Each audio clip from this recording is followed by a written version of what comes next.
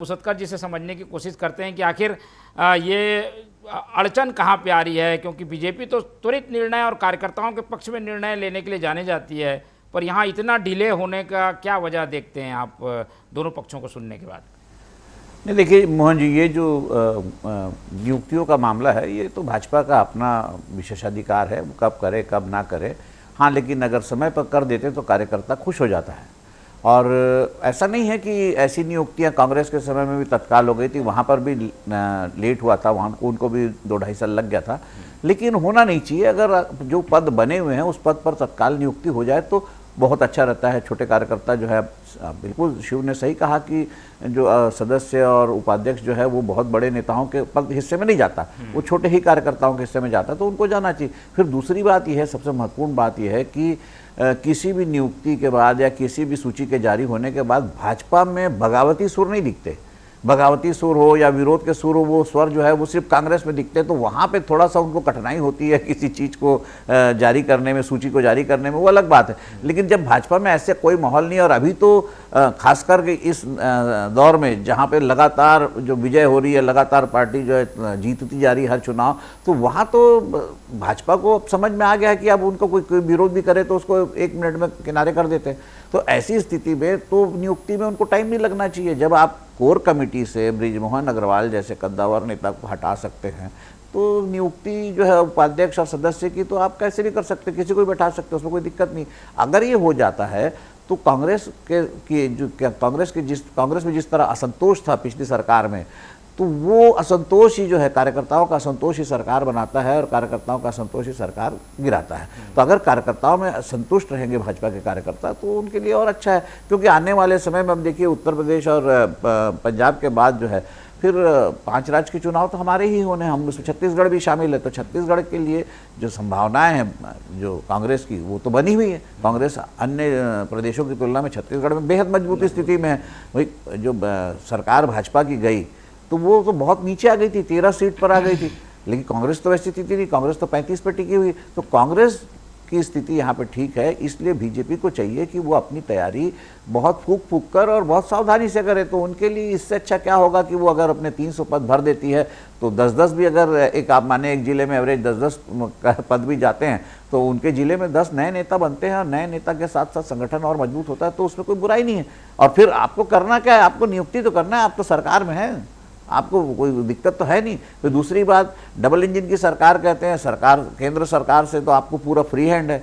और जिस हिसाब से जो नक्सल मोर्चे पे जो है सफलता हासिल की राज्य सरकार ने, तो अब तो केंद्र सरकार से तो कोई अवरोध उनको दिखता नहीं है। तो यहाँ तो फटाफट नियुक्ति कर देना चाहिए, तो आप ही का संगठन मजबूत होगा, भाजपा का ही संगठन मजबूत होगा।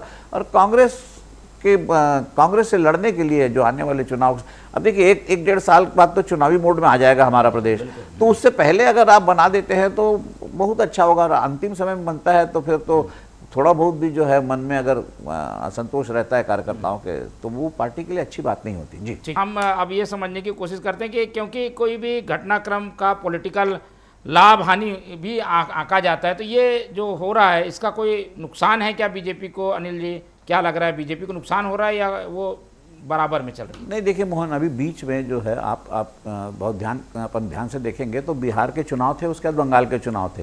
ये दोनों ही चुनाव भाजपा के लिए बहुत प्रतिष्ठा का सवाल था, और बिहार से हमारा प्रदेश लगा हुआ है। तो बिहार में भी जो हमारे प्रदेश के कार्यकर्ता हैं और जो संगठन मंत्री है पवन साय, वो तो उनको तो बंगाल में 6 महीने से तो बंगाल में बैठे हैं, तो संगठन मंत्री वहाँ हैं। तो यहाँ पर तो उनके लिए जो उनका पहला ऑब्जेक्ट था वो बिहार की जो विजय थी, उसके बाद उन्होंने जो दूसरा जो ऑब्जेक्ट तय करके रखा था बंगाल के चुनाव का था, वो दोनों अचीव करने के बाद अब जाके फ्री हुए हैं। तो हो सकता है जल्दी से जल्दी बैठक हो और जल्दी जल्दी उनके बीच में समन्वय और हो जाए।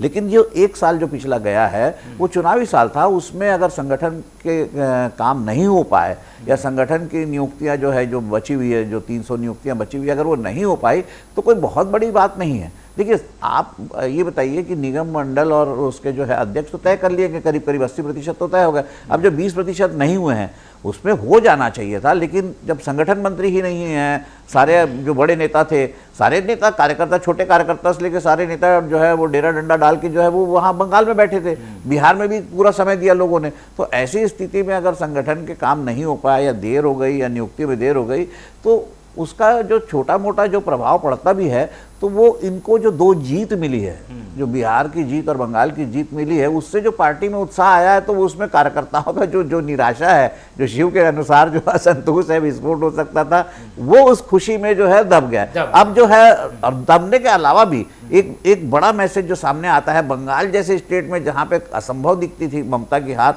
वहाँ इतनी थंपिंग मेजॉरिटी से अगर भाजपा आ रही है, जीत रही है, तो फिर एक बार ऐसा लगता है कि नहीं हाँ ठीक है, नेतृत्व जो है वो बहुत मजबूत है। और फिर ऐसे में जो असंतोष के स्वर हैं जो उठते भी रहते हैं ना, वो अपने आप दब जाते हैं। तो अब यह है पार्टी के ऊपर है, पार्टी संगठन का विशेषाधिकार है। अगर वो जितनी जल्दी से जल्दी अगर नियुक्तियां करती है तो उनको इस प्रदेश में भी जो है चुनाव लड़ना है। 1.5 साल के बाद जो है ये प्रदेश भी जो है साल भर में, तो फिर आप आखिरी साल तो चुनावी मोड में ही रहता है, तो अब 1.5 साल ही तो बचा है आपके पास। इस 1.5 साल में अगर उसका कार्यकर्ता को अगर आप मोबिलाइज करते हैं, आप उसको पद देते हैं, पावर देते हैं और अपने क्षेत्र में काम करने का उसको मौका मिलता है, तो वो उसका उत्साह बढ़ जाएगा। तो पार्टी को फायदा ही होगा अगर नियुक्तियां होती। तो देर होगी तो ठीक है, असंतोष के स्वर आर्थिक पक्ष भी है क्या? आर्थिक पक्ष तो देखिए, आर्थिक पक्ष तो बहुत ज्यादा ऐसा लगता नहीं है, क्योंकि बहुत ज्यादा भी गिनेंगे तो हाँ ठीक है, वित्त मंत्री की चिंता जो है, हमारे वित्त मंत्री बहुत चिंता करते हैं हर एक चीज के लिए।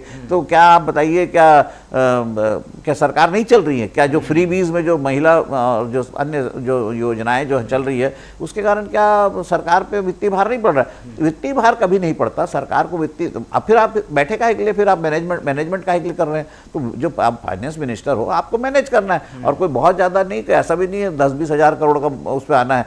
सारे छोटे पद हैं, बड़ा पद कोई भी नहीं है। तो फिर उतना तो अगर वो मंत्रियों का टीए काट देंगे तो उतने में सब बन जाएगा।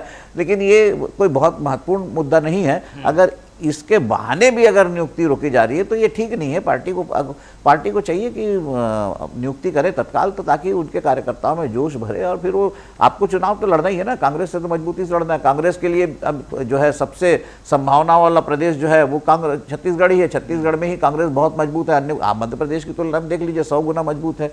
उत्तर प्रदेश में तो है ही नहीं कांग्रेस, गुजरात में भी वही हाल है, राजस्थान में भी वही हाल है। लेकिन छत्तीसगढ़ में संभावना है, तो छत्तीसगढ़ में अगर आपको भाजपा को टक्कर देना है, जो अब डिसिप्लिन तो है, डिसिप्लिन के साथ अनुशासन तभी तक ज्यादा मजबूती से चलता है जब नेतृत्व सशक्त होता है। बिल्कुल।